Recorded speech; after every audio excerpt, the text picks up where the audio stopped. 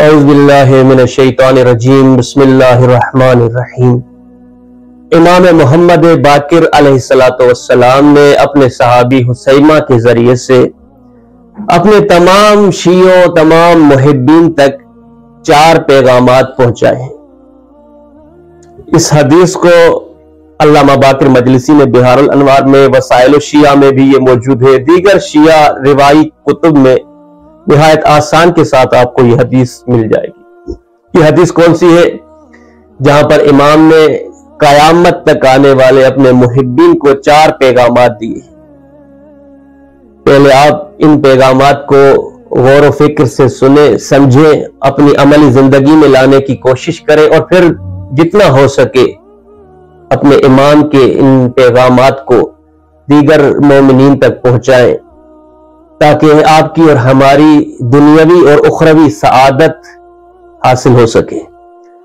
پہلا پیغام جو سرکار امام محمد باقر علیہ السلام نے اپنے شیعوں تک پہنچایا وہ یہ ہے کہ وَبْلِغْ شِیعَتَنَا أَنَّا لَا نُغْنِي عَنِ اللَّهِ شَيْئًا۔ پہلا میسج ہمارے محبین تک یہ پہنچاؤ کہ ہم اہل بیت، ہم آل محمد قیامت کے دن جب عدالت پروردگار قائم ہوگی تو تمہیں عمل سے بے نیاز نہیں کر سکتے۔ نہایت صاف الفاظ میں امام نے فرمایا کہ اپنی غلط فہمیوں کو اپنے اذہان سے نکال دو کہ ہم اہل بیت تمہیں قیامت میں عمل سے بے نیاز کر دیں گے۔ نہیں، ایسا نہیں کہ تم دنیا میں بے قید و بند زندگی گزارو، حلال و حرام کا خیال نہ کرو، واجبات کو انجام نہ دو، اخلاقیات سے دور رہو، تہذیب و ادب سے دور رہو، اور پھر یہ کہو کہ چونکہ ہمارے ائمہ پاورفل ہے، وہ پروردگار کے برگزیدہ ہے، وہ پروردگار کے منتخب شدہ ان کے مقرب ہے، لہٰذا وہ ہمیں بچا لیں گے۔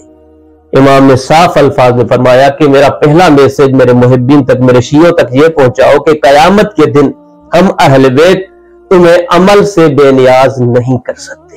یہ عدل خدا کے خلاف ہے۔ اور دوسرا میسج امام نے یہ دیا کہ وَبْلِغْ شِیعَتَنَا لا ينال ما عند اللہ الا بالعمل۔ یہ میسج بھی پہنچاؤ کہ پروردگار کی جتنی اخروی نعمات ہیں، جنت ہو گئی، حوریں ہو گئی، غلمان ہو گئی، پروردگار کی رضایت و خوشنودی ہو گئی، قیامت کی جتنی بھی نعمات ہیں وہ تمام صرف عمل کے ذریعے سے حاصل ہو سکتی۔ لا ينال ما عند اللہ الا بالعمل۔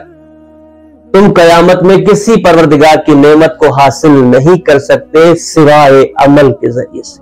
اس سے واضح کیا ہو سکتا ہے صاحب کہ ہم نے جو اپنے ذہنوں میں یہ رکھا ہوا ہے کہ بھائی عمل کی ضرورت ہی نہیں، بس ہمیں وہ بچا لیں گے، ہم ان کے دامن سے وابستہ ہیں۔ امام نے صاف الفاظ میں یہ میسج قیامت تک پہنچا دیا کہ اگر تم پروردگار کی نعمات کو چاہتے ہو، اگر بہشت چاہتے ہو تو یہ سب اعمال سے وابستہ ہے۔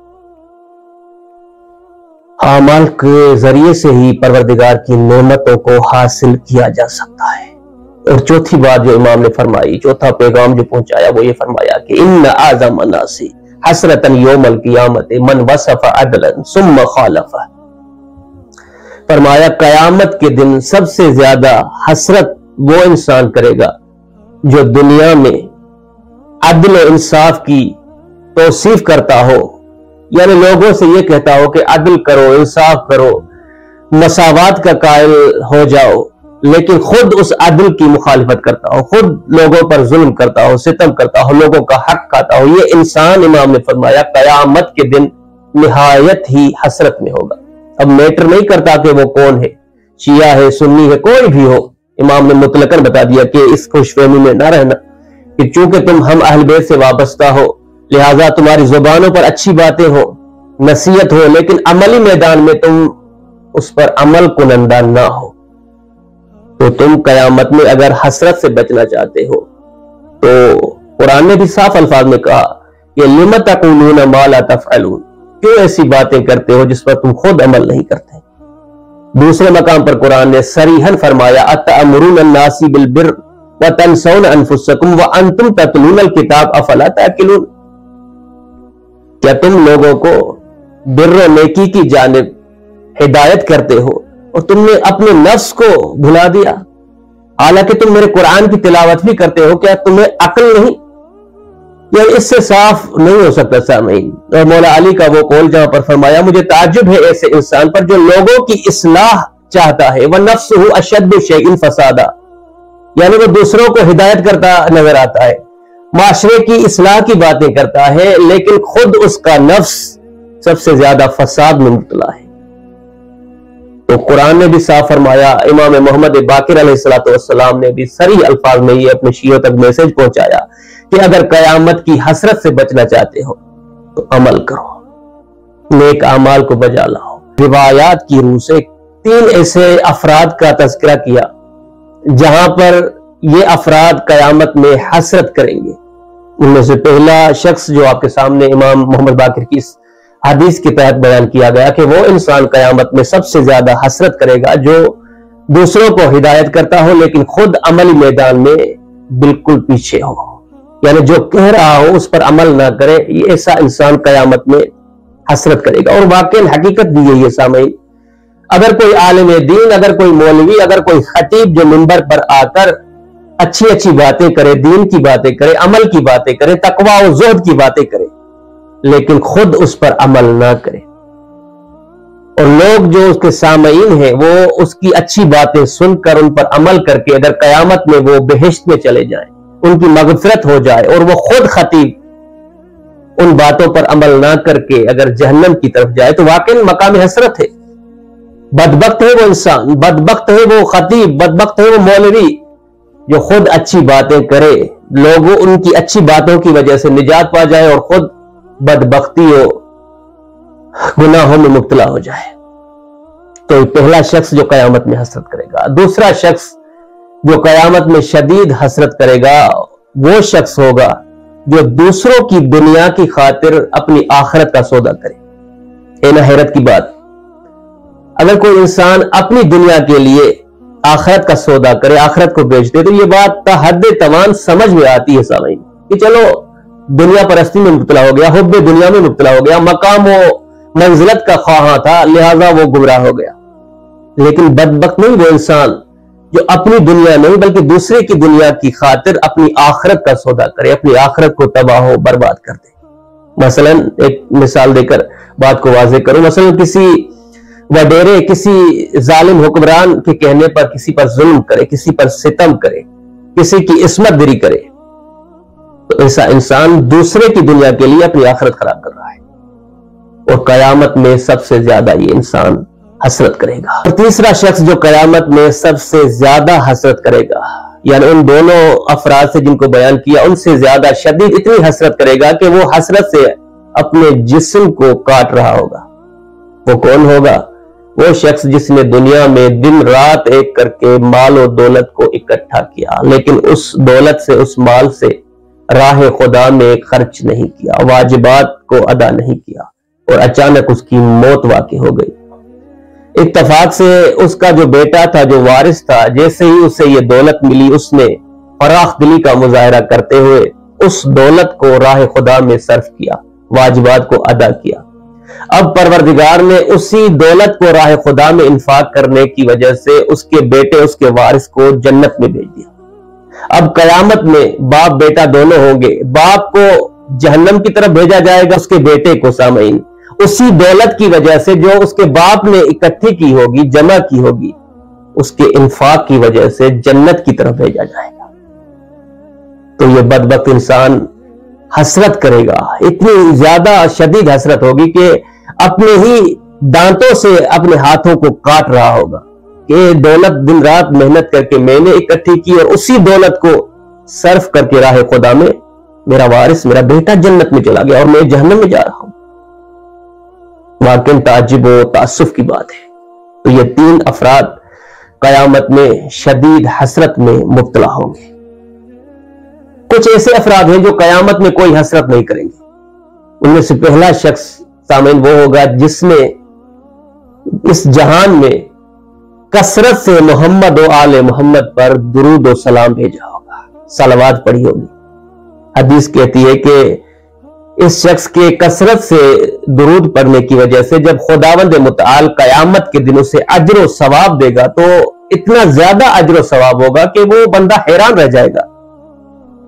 اور پھر وہ حسرت نہیں کرے گا کہ مجھے اس سے زیادہ مقام ملنا چاہیے، یعنی اتنا بلند اسے مقام و منزلت بہشت میں عطا کیا جائے گا کہ پھر اس کی کوئی حسرت باقی نہیں رہے گی۔ اور دوسرا وہ شخص قیامت کے دن حسرت نہیں کرے گا جو دنیا میں جس نے اخلاص کے ساتھ اپنے پروردگار کی عبادت و بندگی کی ہو، یعنی مخلص انسان۔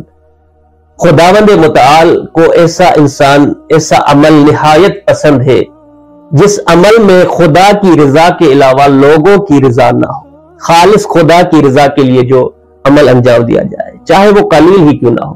تھوڑا سا عمل آپ انجام دو خدا کے لیے ہو، اس کثیر عمل سے بہتر ہے جس عمل کے انجام دینے میں خدا کے ساتھ دیگر افراد کی رضایت و خوشنودی بھی شامل۔ خدا ایسے عمل کو اس شخص کے منہ پہ مار دیتا ہے۔ تو قیامت میں جب مخلص انسان کو اس کے اخلاص کی وجہ سے خداوند متعال اجر و ثواب دے گا تو وہ اجر و ثواب اس کی توقع سے کہیں زیادہ ہوگا۔ ایسا انسان قیامت میں کوئی حسرت نہیں کرے گا۔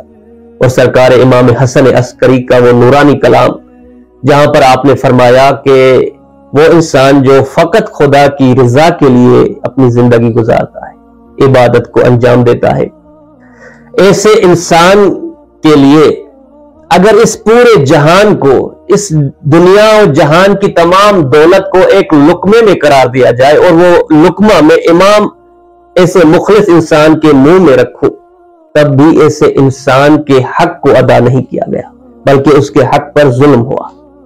سبحان اللہ۔ یعنی اگر انسان فقط پروردگار کی رضا کی خاطر عبادت کو انجام دے، نیک اعمال کو انجام دے، تو پوری جہان، پوری دنیا کی دولت سے اس کا یہ عمل زیادہ قیمتی ہے۔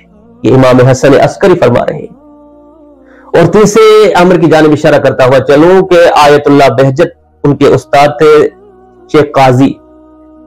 آیت اللہ بہجت خود نقل کرتے ہیں کہ میں نے عالم خواب میں اپنے اس محترم استاد کو دیکھا جو نہایت ہی متقی انسان، پرہیزگار اور زاہدانہ زندگی گزارنے والا۔ جب خواب میں انہیں دیکھا تو میں نے ان سے پوچھا کہ مرنے کے بعد کیا کوئی آپ کو حسرت رہی کہ دنیا میں مثلا کوئی عمل جو کثرت سے آپ اس عمل کو انجام دیتے، حسرت رہی ہو کہ مثلا نماز میں زیادہ پڑھتا یا روزے زیادہ رکھتا یا صدقات زیادہ دیتا، کوئی ایسا عمل؟ تو آیت اللہ بہجت کے استاد فرماتے ہیں کہ ایک عمل کی مجھے مرنے کے بعد زیادہ حسرت رہی کہ یہ عمل میں نے کثرت سے انجام کیوں نہیں دیا، وہ تھا زیارت عاشورہ کا پڑھنا۔ آیت اللہ بہجت کے استاد فرماتے ہیں کہ میں ہر روز ایک مرتبہ زیارت عاشورہ دنیا میں پڑھتا تھا، لیکن یہاں پر عالم برزخ میں زیارت عاشور کا جو اجر و ثواب ہے وہ دیکھ کر مجھے حسرت ہوتی ہے کہ میں ایک مرتبہ دن میں کیوں پڑھی، اگر زیادہ پڑھتا تو زیادہ میرے مان و مقام و منزلت میں اضافہ ہوتا ہے۔ تو امام محمد باقر نے جو تیسرا پیغام اپنے شیعوں تک پہنچایا کہ ان اعظم الناس حسرتا یوم القیامت من وصف عدلا ثم خالف، سب سے زیادہ حسرت قیامت میں وہ انسان کرے گا جو اچھی باتیں کرتا ہو، عدل و عدالت کی باتیں کرتا ہو لیکن خود اس پر عمل نہ کرتا ہو۔ اور چوتھا میں سے جو سرکار محمد باقر علیہ السلام نے اپنے شیعوں کے لیے بھیجا کہ وَبْلِغْ شِیَّتَنَا أَنَّهُمْ اذا عملوا ما امروا انہم هم الفائزون یوم القیامہ، یہ بات ہمارے شیعوں، ہمارے محبین تک پہنچا دو کہ اگر ہمارے محبین اس بات پر عمل کریں جو بات انہیں، جس بات کا انہیں حکم دیا گیا ہے، یعنی ہماری شریعت کو، خدا کے احکامات کو، ہماری سیرت کو اگر ہمارے محبین فالو کرے، اس پر عمل کرے، تو یقین جان لے کہ انہیں نجات سے کوئی نہیں روک سکتا۔